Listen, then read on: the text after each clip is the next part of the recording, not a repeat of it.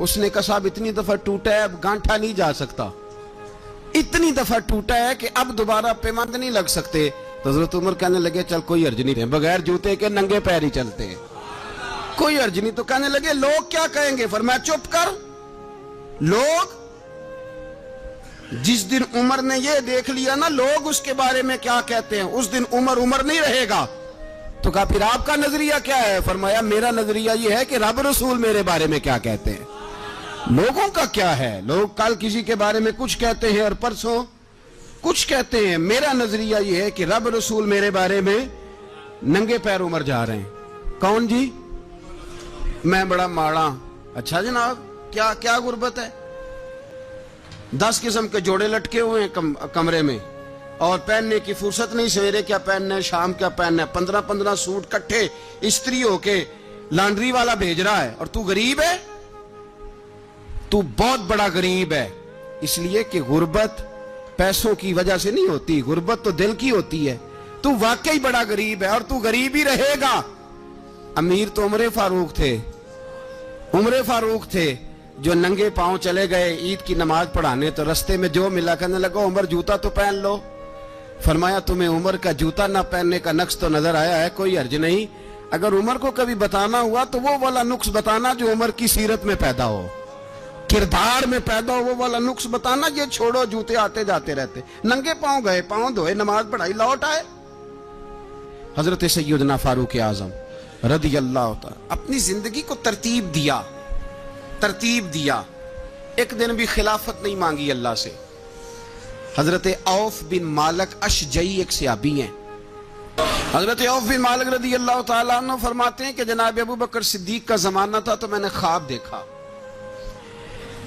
میں نے خواب میں جناب عمر کو دیکھا اور میں نے دیکھا کہ کوئی کہنے والا کہہ رہا ہے کہ عمر وہ ہے کہ اللہ کے رستے میں کوئی اسے جتنا مرضی برا بھلا کہے یہ پرواہ نہیں کرتا. کس کے رستے میں؟ بولے سارے. اس کا مطلب ہے اللہ کے رستے میں لوگ برا بھلا بھی. قرآن مجید نے کہا وَلَا يَخَافُونَ لَوْمَةَ لَائِمٍ. کچھ لوگ ایسے ہیں جو برا بھلا کہنے والوں کی پرواہ نہیں کرتے. آپ یقین کریں اگر پرواہ شروع ہو جائے نا تو دین کا کام ختم ہو جائے. نہ کوئی تقریر کرے, نہ کوئی تدریس کرے, نہ کوئی پیری مریدی کرے, ختم ہو جائے اگر باتوں کی پرواہ ہو. لیکن وہ پرواہ. حضرت عوف بن مالک اشجعی کہتے ہیں میں نے خواب میں دیکھا کہ عمر وہ ہے جو کسی کی پرواہ, اور دوسری بات میں نے یہ دیکھی کہ عمر خلیفہ بنے گا, اور تیسری بات میں نے خواب میں یہ دیکھی کہ عمر شہید بھی کیا جائے گا, عمر شہید بھی ہوگا. یہ میں نے 3 باتیں خواب میں دیکھی. فرماتے ہیں میں نے آ کے خواب حضرت ابو بکر صدیق کو سنائی, وہ خلیفہ تھے. وہ کہنے لگے ٹھہر جا, میں عمر کو بلاتا ہوں, اس کے سامنے دوبارہ سنانا. اس کے سامنے. فرماتے میں نے بلایا حضرت عمر فاروق کو, آ کے بیٹھے. خواب شروع ہوا. کہا ایک بات تو میں نے یہ دیکھی کہ آپ ملامت کرنے والے کی پرواہ نہیں کرتے. دوسرا آپ خلیفہ بنے گے. جناب عمر کہنے لگے چپ کر, ابو بکر کے سامنے ہی کہہ رہا ہے, چپ کر, خلیفہ کے سامنے ہی کہہ رہا ہے. تو حضرت ابو بکر صدیق کہنے لگے عمر اسے کہنے دو, مجھے لگتا ہے رب کی رضا یہی ہے کہ میرے بعد اگر مصطفیٰ کا منبر ملے تو عمر کو ہی ملے. اسے کہنے دو. یار یہاں تو لوگ ڈینگے مارتے ہیں, یہاں تو لوگ دعوے کرتے ہیں میرے سامنے فلانے کو بھی بٹھاؤ, فلانے کو بھی بٹھاؤ, اس کو کیا پتا, اس کو کیا پتا. یہ تو بڑکے مارنے کا دور ہے. حضرت عمر رضی اللہ تعالیٰ عنہ کو تیسری بات کہی. حضرت عوف بن مالک نے کہا آپ شہید کیے جائیں گے, میں نے خواب دیکھی ہے. نیک لوگوں کے خواب بڑی حد تک سچے ہوتے ہیں. کہا میں نے خواب دیکھی ہے. تو حضرت عمر کہنے لگے شہید تو دلیر لوگ ہوتے ہیں, شہید تو دلیر, جسے سارا زمانہ دلیر کہہ رہا ہے وہ اپنے بارے میں کیا کہہ رہے ہیں؟ کہتے ہیں شہید تو دلیر. میں تو کاہل سا آدمی ہوں, سست آدمی ہوں, میں تو اتنا کام ہی نہیں کرتا. تو یہ خواب تو نے جو دیکھا ہے نا پھر سے دیکھنا. تو ابو بکر صدیق فرمانے لگے عاجزی نہ کر, انکساری نہ کر, تو جو کہہ رہا ہے ٹھیک کہہ رہا ہے, لیکن مجھے سن کے شکر بھی ہوا ہے اور افسوس بھی ہوا ہے. افسوس اس بات کا کہ تیرے جیسا بطل عظیم چلا جائے گا, اور شکر اس بات کا کہ رب تجھے زندگی بھی اعزاز والی دے گا, اور شہادت کی موت دے کے اللہ تجھے موت بھی عزت والی عطا فرمائے گا. اللہ موت بھی تجھے عزت والی دے گا تجھے کاہلوں جیسی موت اللہ. حضرت فاروق اعظم رضی اللہ. او بھائی یہاں تو اس زمانے کا سب سے بڑا مسئلہ پروٹوکول ہے. لوگوں کو پتا ہوتا ہے کامل پیر ہے, کامل مرشد ہے, لوگ نہیں جاتے. میں کسی کا مرید ہو جاؤں, میرا پروٹوکول کدھر گیا؟ پتا ہوتا ہے یہ کامل استاد ہے, میں اس کے پاس بیٹھوں گا تو میری تربیت کرے گا, لیکن لوگ شاگرد نہیں بنتے. میں کدھر گئی؟ یہ جو پروٹوکول کی مصیبت ہے نا, اس نے بڑے بڑے لوگ زیرو کر دیے, بڑے بڑے لوگ. اور یہ مت سمجھے کہ آپ کا وزیر اعظم پروٹوکول لیتا ہے یا آپ کا صدر پروٹوکول, وزراء, ایسی کوئی بات نہیں. ہم چھوٹے طبقے سے لے کر بڑے سارے پروٹوکول کے قائل ہیں. ہمارا تو داماد بھی کہتا ہے کہ مجھے پوچھا نہیں میں تمہارے گھر کیوں آؤں. ہمارا تو بھائی ہر شخص اعلان کرتا ہے پروٹوکول کا, فلانے نے عزت نہیں دی تو واپس آ جاؤ, فلانے نے سلوٹ نہیں کیا تو واپس آ جاؤ. لوگ جہاں سلوٹ کرنا چاہیے وہاں بھی سلوٹ کرانے کے قائل ہیں.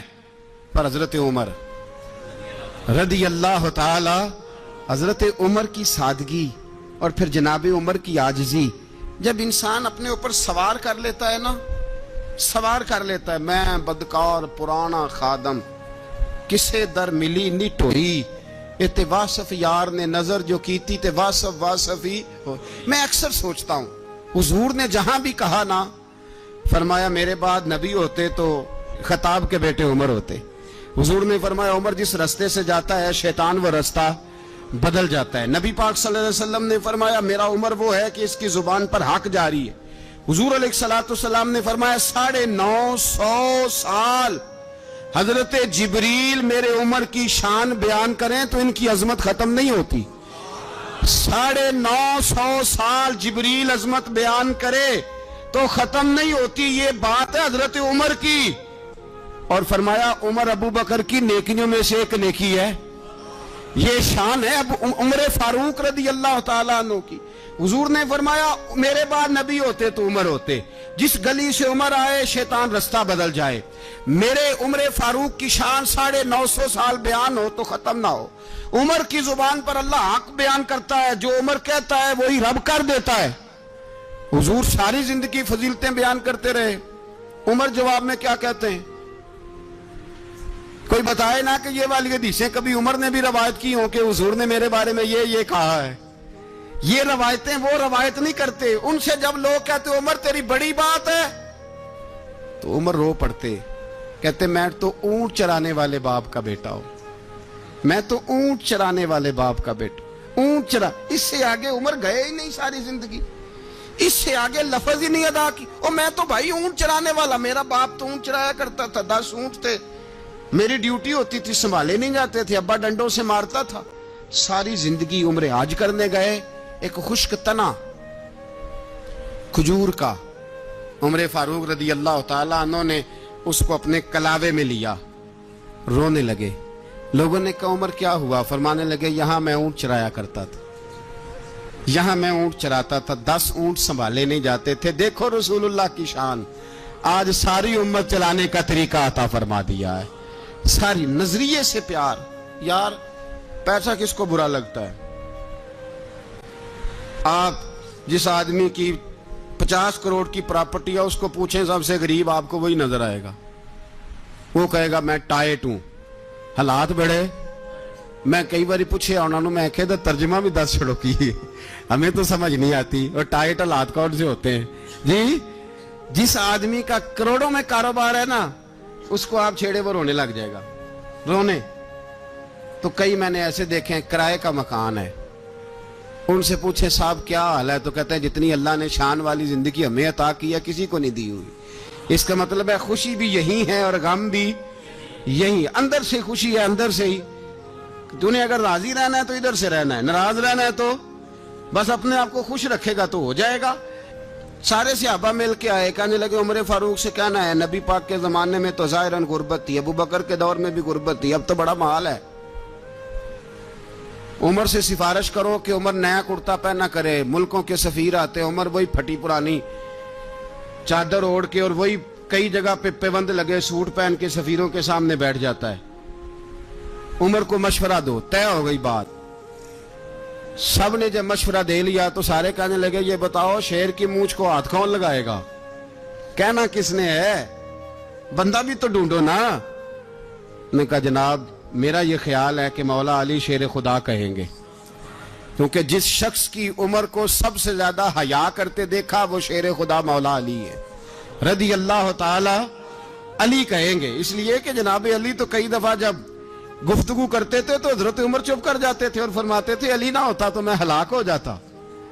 تو کہا علی سے کہو۔ جناب علی شیر خدا کو بلایا، کس کام کے لیے؟ جی اللہ اکبر۔ یہ ذرا آپ نے اس دور پہ اس بات کو ذرا کہا جناب ان سے کہیں کہ زیادہ نہیں، ایک کرتا نیا پہن لے، سفیر آتے ہیں وزیر آتے ہیں تو ایک کرتا نیا پہن لے۔ حضرت علی کو بلایا، آپ فرمانے لگے کوئی اور بات ہوتی تو میں کہہ دیتا، یہ والی میں نہیں کہہ سکتا۔ کوئی اور ہوتی تو میں عمر کو کئی دفعہ کہہ دیتا ہوں، جلال میں بھی تو سن، یہ والی میں نہیں کہہ سکتا۔ میں تمہیں ایک مشورہ دیتا ہوں۔ کہا وہ کیا؟ کہنے لگے سیدہ عائشہ صدیقہ سے کہو، وہ مومنوں کی ماں ہیں، عمر ٹالے گا نہیں۔ اماں جی سے جا کے کہا اماں جی نیا کرتا عمر سے کہیں پہن لیں، وزیر آتے ہیں بڑے بڑے لوگ تو چلو کوئی عرض نہیں۔ اماں جی نے کہا اچھا کوئی بات نہیں میں بلا لیتی ہوں۔ جناب عائشہ نے پیغام بھیجا، جب خادم نے کہا نا مصطفیٰ کے گھر سے پیغام آیا ہے تو 20 لوگ بیٹھے تھے، عمر کانپتے ہوئے اٹھے، کانپتے دوڑے۔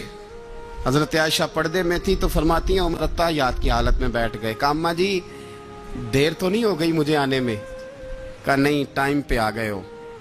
کس لیے بلایا تھا؟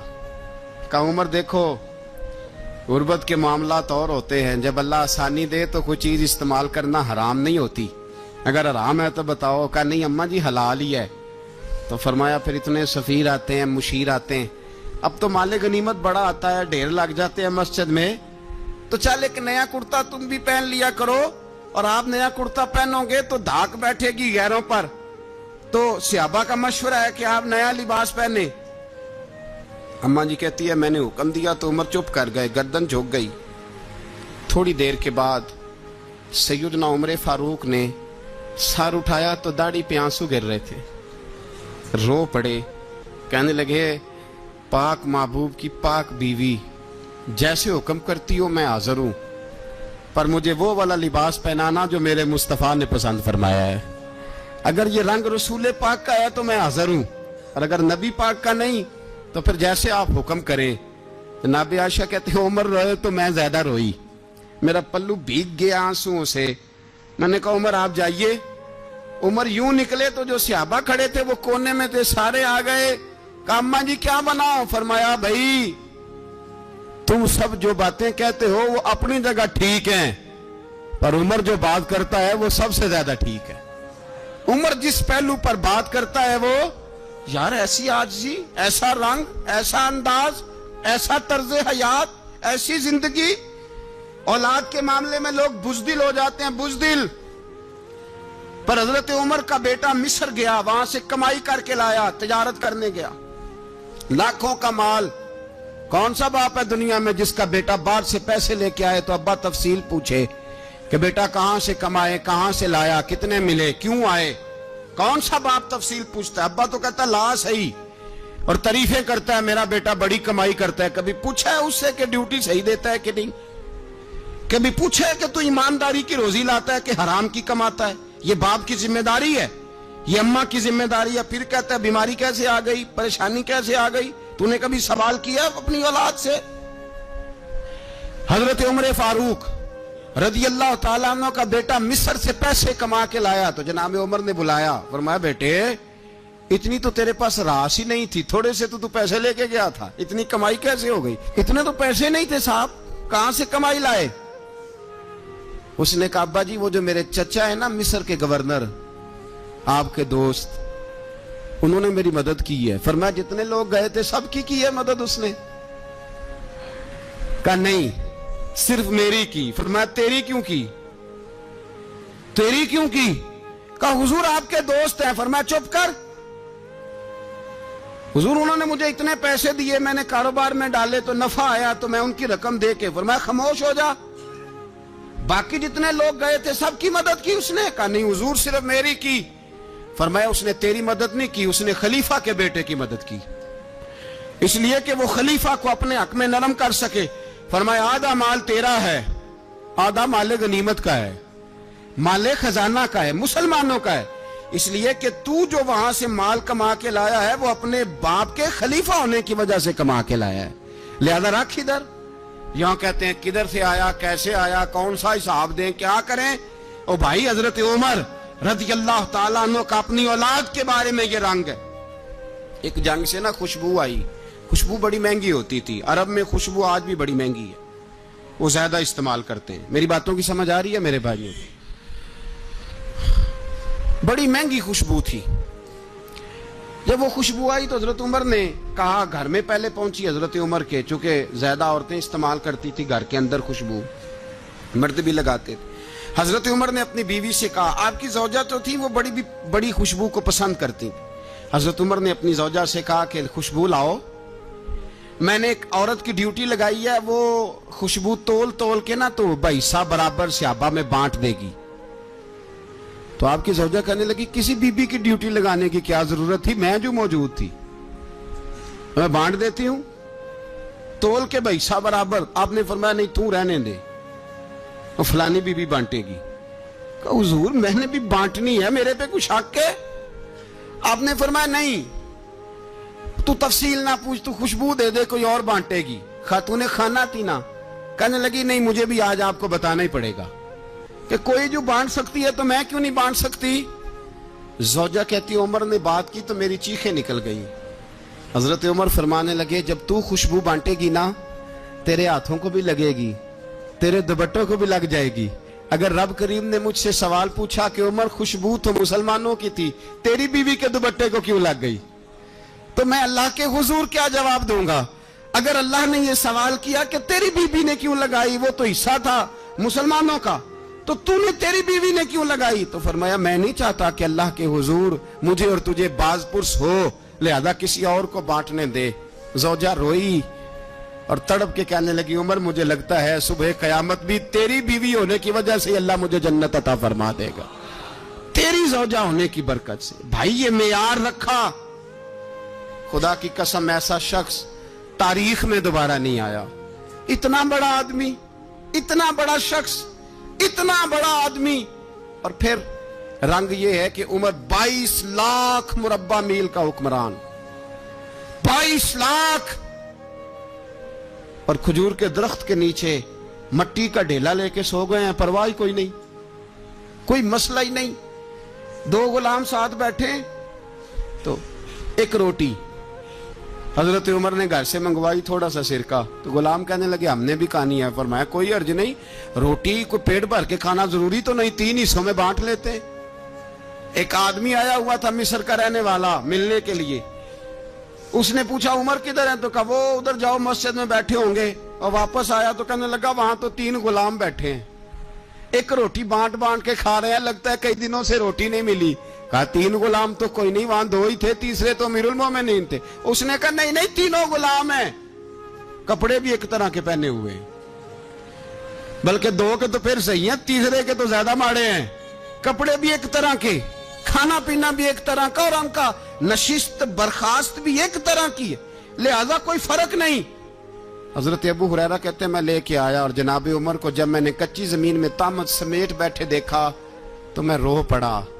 میں نے اس مصر سے آنے والے کو کہا تو اس کے جلوے دیکھ، اگر اس کی ذات میں اتنا حسن ہے تو محمد عربی کا مقام کیا ہوگا؟ یہ مقام غور ہے، مقام غور۔ اہل بیت کا پیار اگر سکھایا ہے تو جناب عمر نے سکھایا ہے رضی اللہ تعالی عنہ۔ اگر آیا ہے سامنے کیسر و کسرا تو عمر جیسا دلیر کوئی نہیں، اگر سامنے آیا ایران کا بادشاہ تو عمر جیسا تگڑا کوئی نہیں، اگر آیا ہے سامنے غسان کا بادشاہ تو عمر جیسا عادل کوئی نہیں، لیکن اگر علی کا بیٹا آیا ہے، اگر فاطمہ کے لال پارے آئے ہیں تو پھر فاروق اعظم سے جیسا محب کوئی نہیں، پھر ان سے جیسا پیار کرنے والا کوئی نہیں۔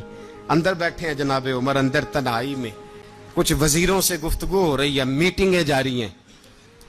آپ کے بیٹے ملنے آئے جناب عبداللہ ابن عمر, ابا جی ملنا ہے, بات ٹھہرو بات کر رہا ہوں, کوئی نہ اندر آئے.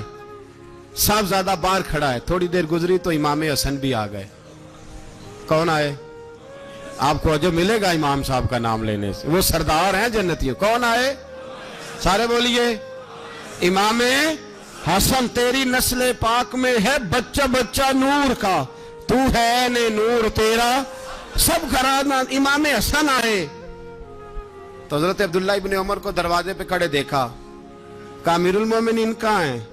کہنے لگے حضرت عمر کے بیٹے. کہنے لگے وہ اندر بیٹھے, کچھ میٹنگ ہو رہی ہے, اور انہوں نے کہا کوئی اندر نہ آئے, لیکن آپ جانا چاہیں تو چلے جائیں. آپ جانا چاہیں تو, تیری نسل پاک میں ہے بچہ بچہ نور, آپ جانا چاہیں تو چلے جائیں. تو انہوں نے کہا جب آپ باہر کھڑے ہیں تو مجھے کوئی اتنا ضروری کام نہیں, اور ابھی زور کی نماز تھوڑی دیر میں ہوگی, میں مسجد میں مل لوں گا امیر المومنین سے. یہ بات کہہ کے امام حسن چلے گئے. یار اتنی بڑی بات نہیں تھی, اتنی بڑی بات نہیں تھی. میرے استادوں کا بیٹا بھی آئے تو کہا ٹھیک ہے جی وہ سوئے ہوئے ہیں, کوئی غرض نہیں یار, میں ٹھہر کے آ جاؤں گا. کوئی بڑی بات نہیں تھی, دیکھا جائے تو بڑی بات نہیں تھی, پر بات بہت بڑی تھی, اس لیے کہ یہ خالی حسن نہیں, یہ حسن ابن علی ہے, یہ حضرت فاطمہ کے لخت جگر. حضرت عمر باہر نکلے, عبداللہ ابن عمر سے پوچھا کوئی آیا تو نہیں؟ تو کہا حضور امام حسن آئے تھے. تو کہا پھر شہزادے کو اندر کیوں نہیں بھیجا؟ کہا میں نے کہا تھا. وہ کہنے لگے اگر امیر المومنین مصروف ہیں تو میں ظہر میں مل لوں گا. حضرت عمر رونے لگے. فرمایا بیٹے تو نے اچھا نہیں کیا. پھر مسجد نہیں گئے, سیدھے امام حسن کے دروازے دستک دی. امام حسن باہر آئے. کہا شہزادے آئے تھے تو ملے کیوں نہیں؟ تو امام حسن کہنے لگے حضور آپ کا اپنا بیٹا دروازے پہ کھڑا تھا, آپ کا اپنا بیٹا دروازے پہ کھڑا تھا, اور منع بھی کیا تھا آپ نے, تو میں زور میں مل لیتا. حضرت امام حسن فرماتے جوش جذبات میں جناب عمر نے سر سے پگڑی اتار دی, جوش جذبات میں. کہنے لگے حسن میرے بیٹے کا اور آپ کا کیا مقابلہ؟ کیا اس کی ماں کا نام فاطمہ الزہرا ہے؟ کیا اس کی نانی کا نام ختیجۃ الکبریٰ ہے؟ کیا اس کے نانے کا نام محمد مصطفیٰ ہے؟ آپ کا اور اس کا کیا مقابلہ؟ پھر رو پڑے اور کہنے لگے بیٹے میں مکے کے صحراؤں میں اونٹ چرایا کرتا تھا, یہ جو میرے سر پر عزت کے بال ہیں یہ تیرے نانے کے اگائے ہوئے. میں مکے کے خبردار شہزادے خبردار. او بھائی اہل بیت نبوت کے ادب کا رنگ اگر سکھایا ہے تو سیدنا عمر نے سکھایا ہے. حضرت عمر فاروق اتھارٹی ہے, اسلام کی اتھارٹی. یکم محرم حضرت عمر کی شہادت ہے. یہودی بول اٹھا, کافر بول اٹھا. اگر 6 مہینے عمر دنیا میں اور رہتے تو دنیا میں کوئی کافر موجود نہ ہوتا. 6 مہینے.